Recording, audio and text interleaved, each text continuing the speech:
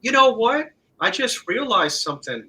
You happened to mention "Walking in Rhythm" by the Blackbirds. You know what? Based on when that one came out, it probably did come out like in the latter part of '74, but my mind keeps thinking early '75. And I'll tell you another one that's good is one called "It Only Takes a Minute" by the Tavares. Oh my God, music. Yeah, Yeah. Yes, I think you are right, Steve. Um, I think it was on the cusp of the end of 74, early 75, Walking in Rhythm. That was a great song. mhm, yeah. But it's just that just like another song from the '70s along that same period, maybe slightly later. There's a lyric in the song "I Love Music" and by the OJ's, and I truly believe it's true. In the song, and it says, "Music is the healing voice of the world." I truly believe that. I always have. I mean, people think, "Oh, but music's just music." No, if you think about it, music can be therapeutic for you as well. I totally agree. I've had my days where I had a bad headache one, not a migraine, but it was approaching. This was years ago, probably in my 20s. I just went in my room. I just put on some music. I don't remember exactly what it was, and it took my mind off the headache. It made me think about the music, and what do you know? In a half hour, my headache was gone. Oh my gosh, music is the answer. I mean, I know like if I feel stressed out, I just turn to music. Yeah. Um, Sometimes it's good to hear a little music because it like might diffuse you from saying the wrong thing to the wrong person at the wrong time. Music is extremely powerful for me.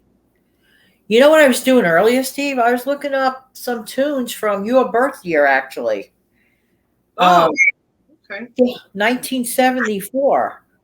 1974, from my recollection, had fantastic stuff. I thought so. Yeah.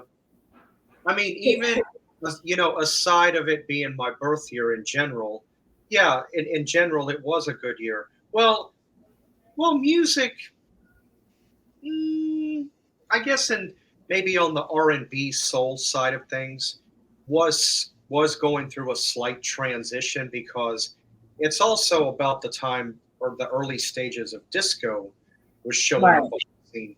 If that's not true, go back to the Sound of Philadelphia on Soul Train. That right there is early disco if there ever was a song. Um, Another, believe it or not, one other quick fun fact about '74, the very first disco song. I should ask the viewers if they want to take a guess what the first disco song. Wait. What viewers? What are you talking about? Subscribers, Are whatever. you are you recording? Are we on the air? Yeah, we've been on the air for about 3.5, 4 minutes. Oh my gosh! Hi, everybody. Hey, everyone. No, I just wanted, yes, we are. I am Oh, recording. jeez. The reason why is I wanted to record it is I wanted to let the viewers, subscribe or whatever you may call it, see what type of interaction you and I have away from Yeah, recording they something. they don't know we practically talk about music nonstop. Yeah. But coming back to my question, I'll tell you the answer because then I would have to do another video and then reveal the answer. But the very first song that was considered disco was "Rock the Boat" by the Used Corporation. Oh yeah. That was considered the very first. But do keep in mind that elements of disco lingers back to the middle '60s. Most people don't realize that. That's absolutely right. Yes. In And an unlikely place, right? an unlikely place, the very first song that had elements of disco within it, most people would never think in 100 years, You Keep Me Hanging On by the Supremes. That was the very first song that presented disco elements within the song. Right. And then, of course, you had other songs to follow that Well, you had remember Everlasting Love by The Affair the that affair. came out in 67. That was remade by, oh, help me out here on this one, around 74. Who did that remake? Is it? Carl Carlton. That's it. He is the same guy in the early 80s that did the one called He's a Bad Mamma Jamma. In Yeah. case Oh, my God. Yeah. anybody's wondering. So, oh, well, you gotta love. Well, since I just found out that we were recording, I can only encourage you guys and gals to make sure you take some music time every single day. I mean, we love to talk about saving and this and that and that and this, but saving your sanity sometimes, music in a stressful world is just the easiest way to go. Yeah. No, I mean, I don't. I mean, my generation of music. Don't get me wrong. I turned 18 in 1992. Um, and shortly thereafter, I did drop away from top 40 because I didn't like the way top 40 music was becoming. Um, I was never really a fan of grunge music. The only two I would even make an exception to is Smells Like Teen Spirit and Come Yeah. As You Go by Nirvana. That's about the only two that I would. But really, though, I'm really more of a hair band kind of guy, like Yeah. Cinderella, Poison, Motley Crue. That was me. In Right. the ZZ Top. I wouldn't consider ZZ Top hair band because they also go back to the 70s and they had a blues sound back then. But in general, Rat is another one. Oh, yeah. Winger, Metallica was another favorite of mine, as you know.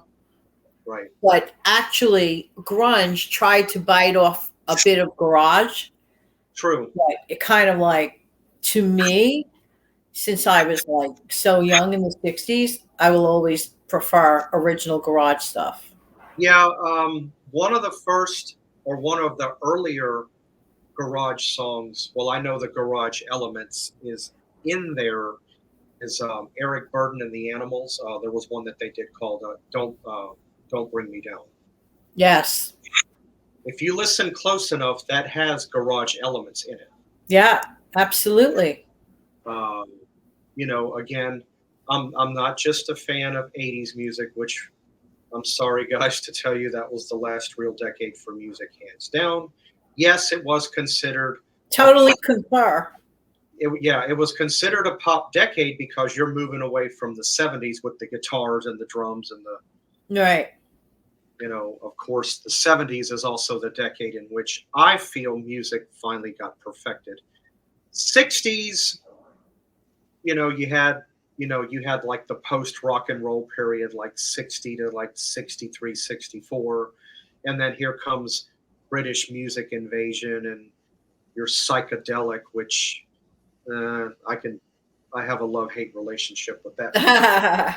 But, and then you had 69, you had the Woodstock, you had your Wind of Change. That's then, right. 69 was definitely a year of the wind of change in music. Yes. And then 1970, things are starting to find its way, and then 71. And the rest is history. But my all-time favorite decade, yes, you gotta love your cell phone. Gotta love it. So anyway, my favorite decade of music, even though I was born in 74, as you guys know, I love my 1950s. I always will. I don't. That's incredible when you like show me some stuff one day that I never even heard of, and a whole bunch of even country stuff totally never heard of. But yeah. And again, I also like my 60, 61, 62, 60. Yeah, I know. I do like that. I like to call it post rock and roll, like post disco is to disco. And, and that's. So when do you plan to pop this unexpected video upload? When do you plan to pop it? later today. So be on. Today, like Thursday, and you're gonna leave this like this, no edit, right? No, I mean, I know we're talking about music, but I just want the not so much for the cell phone. You'll have to excuse. I but this is basically, ladies and gentlemen, when Jan and I are not recording on YouTube, this is how she and I conversate, not just about music, but in this general sense. We Right. just it's you can call it coffee talk or coffee chat, and it's just shooting the breeze, more or less, Yes. you know. So this is how Janet and I, away from YouTube, how she and I have a conversation. I just wanted you guys to see it. Not only that, yes, I put it up kind of a little bit without warning, but What a little stinker, huh? I've been, but I've been wanting to do this for not just for about a week or two now. I really have. And I consider this a little bit like a birthday gift to myself. Now I understand that, and you want to know. I think it's good that people know that we do talk about other things besides saving money Oh yeah, or whatever else. I mean, which is very important, we talk about but music. music is so important. We talk about music. We talk about just a little bit of everything. We talk about family. We talk about everyday events. We talk about what's on the news. We talk about TV shows, which is another fun subject. We're just all over the place topically. We just don't focus on, you know, and we do discuss YouTube as well. We kind of keep, a nice little mix of the topics. So, but yeah, I mean, there's not really a whole lot more, to go with this, but I just wanted the general public, whoever watches, to see, a morning chat with Steve and Jan, or Jan and Steve, however you want to do it. And I just thought it would be a fun thing. Now everybody knows. Yeah, I noticed something looked a little different on the interface, but I wasn't paying attention to it because we just got into the music thing as we always do. And I said something's different about this screen, and I'm like, "What is different?" And then you mentioned that. Oh, you were too funny. But you want to know something, Steve? It's totally cool. Okay. And the only thing I want to close with, and talking about the music, back in 1979, which, even though I was about a 4, 5-year-old child, and I do remember hearing some songs back in those times that still resonate with me today, is you had a lot of transition. I can think of about 3 to 4 transitions in music that you had in 79, because 79 was kind of like a key year. All right, disco got a bad name. Well, guess what? Disco didn't exactly go away. It was relabeled as post disco, and that hung around until about 81 or so, 82, whatever it was. And you had the birth of new wave music. You had the birth of high energy music. You know, Everything was, well, that's 3 transitions right there. But in 79, you had a lot of transition. But bottom line is this: people think disco was not good music. Wrong. It is good music, because disco, I feel, bottom line, goes back to the Motown. I think Motown was a helping hand. It's grandparent. Yes, you are correct, and it grandparented down obviously to the post disco era, which had so many other Oh, genres coming out of that. like most people don't realize, like Sly and the Family Stone, "Thank You for Letting Me Be Myself Again." I would consider that some disco element. Um, let's see. Billy Preston did an instrumental called "Out of Space." Yes, yes. Music like that energy, that Another one is called "Groove Me" by King Floyd. You might, if you heard it, you know. Yes. There and Soul Makusa, which I know you remember. Love that one. Oh yeah. All of those little songs like that. Another one by the Intruders, "I Will Always Love My Mama," which I always like to play during Oh, Mother's Day. yes. If you listen to that one, it's got disco element. Yes, that was some song. Mm-hmm. So, I'm sorry to run my mouth about music so much. That is, of all the topics that I know, my cooking, the finance, music is always going to be the very first number one on my list subject. It'll always be that way. My good friend of almost 30 years has labeled me as Dick Clark Jr. I will, if he were here at the moment, which he's not, he will gladly back that up. But I can imagine him saying it too. yeah. But anyway, Janet, I'll digress for now. And like I said, I just wanted to put up a video to let everybody know, how you and I hang out. Well, these folks are so cool. Yeah. And you also got a taste of my phone, so it's all good. That I wasn't expected, but again, No. this is real life. This is real time. Events happen. We don't know when. You're going Right. to, you could have a doorbell. You could have a phone call. Oh, tell me about it. Remember last year on Thanksgiving? Oh, by the way, guys, if at all possible, I'm not sure. Of course, Thanksgiving is exactly 3 weeks from today. Wow.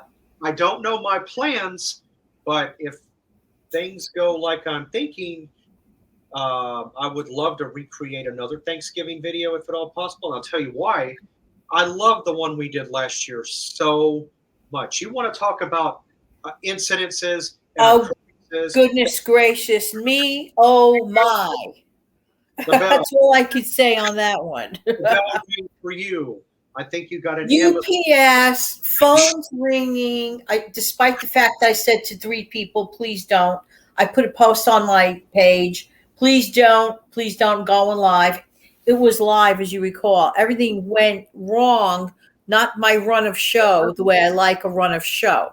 No, and then I had a little bit of a interruption. I had a long distance video chat that I had to take. Yeah, that's right. You had to take the chat. Yeah. So between you and me and everything that if you guys haven't seen it, you really need to watch it. I'm just right. You know what I'm thinking, Steve? Why don't we consider this?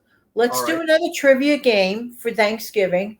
Okay. We could do 2 pre-records, like sort of like a collab, and we'll do like a show for your channel on your channel. I'll come to your channel, then you can come to my channel, and the folks will have a opportunity to see 2 trivia games or whatever on Thanksgiving if they so desire. Okay. Cool. I'm in. By the way, this is how we talk during the day when we figure out our show plans. Just saying. So don't think that Janet and I just get up there and know what to say, because if it was like that, I would. Lord. Quick example, I would say hello and thanks for tuning in. Today we're gonna what am I gonna? No. This is all pre-thought out when she and I hit the record, or I or she hit the record button. We kind of pre-think it out. Otherwise, I would just be a hot mess. And think about something like Thanksgiving, Steve, is like you said, about 3 weeks from today. In the world of putting a show together, that's actually not a lot of time. No. It may sound far away to others, not. But it's really not. Mm-hmm. It's really not. Especially if you and I decide to do a collab. I think that'd be really cool. What do you think? I'll go along with it. This just made me think of something, and then after this, we'll bring it to a close. Coming back to 70s TV, as a matter of fact, and the interviews are on YouTube. You can look it up. Did you know that most people don't realize that Lawanda Page on Esther and Red Fox Fred Sanford were the best of friends off camera. They went to school together. How do you like that? It gets a little better. Because of him is how Esther got the part, or Lawanda got the part of on Esther.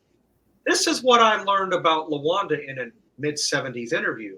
She said, I would go over to Fred's house and I and he would rehearse our parts. Wow. So they had it down to a science. So when it came time to do it on camera, it was perfectly lined up. That was their version of meeting in the broadcast studio green room like we do.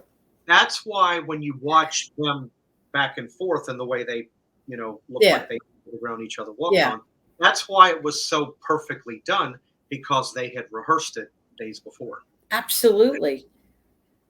There's only one thing. I mean, I don't normally, if you don't mind taking a second on this, Steve, my shows are not, as you will, like per se, scripted. I have bullet point notes next to me, as everybody knows, my trusty notebook. I always have my trusty notebook. There's only one show that I do that has no trusty notebook, and that's my Tuesday Tea Time collab. That's just pure spontaneity, 0 bullet points, and that's it. And right now, of course, I didn't even know you were going to record. So, no, what I'm saying is there's 0 trusty notebook involved in this particular show at all. 0. This is not even. So what are we going to do today, Janet? Blah, blah, blah, blah. No, this is you and I talking and me going over and tapping the record button and letting you guys take a sneak peek. I knew something looked a little different. But no, like I said, I'm glad you're okay with it. I'm glad that. I love the boat. Why not? I'm not. Again, I have to let everybody know I'm not somebody that is regimented. There are a couple of 3 things in my daily life that is regimented because it works for me. But in a general sense, I don't like to do the same exact thing again and again and again and again and again and be just that. I like variety. That's why my channel's random. That's why it's a little bit of everything. I'm not going to don't get me wrong. I know you guys love my grocery hauls, your grocery, the budget, the food, the recipes. I get that. But variety is a spice of life. You do have to change it up along the way. You really do. Otherwise, life's going to get boring. So. But anyway, Janet, thank you for being a good sport. And my pleasure. I really enjoyed it because like I said, this is a little bit of a belated birthday gift to me, even though my birthday was on the 31st. I just wanted you guys to see. That way there's no misconception. The real deal. All right. I'll be on the lookout on Saturday, this coming couple of days. Be on the lookout for another video, you and I, at 1:30. That was a good one. That's a good upload. Yeah, so you guys really need to tune in for that. All right. I just want to wish everybody I hope you all had a nice day, and I hope you guys have. Thanks for hanging out with us. Yeah, and we'll see you on Saturday. Have a good one. Bye for now. Bye.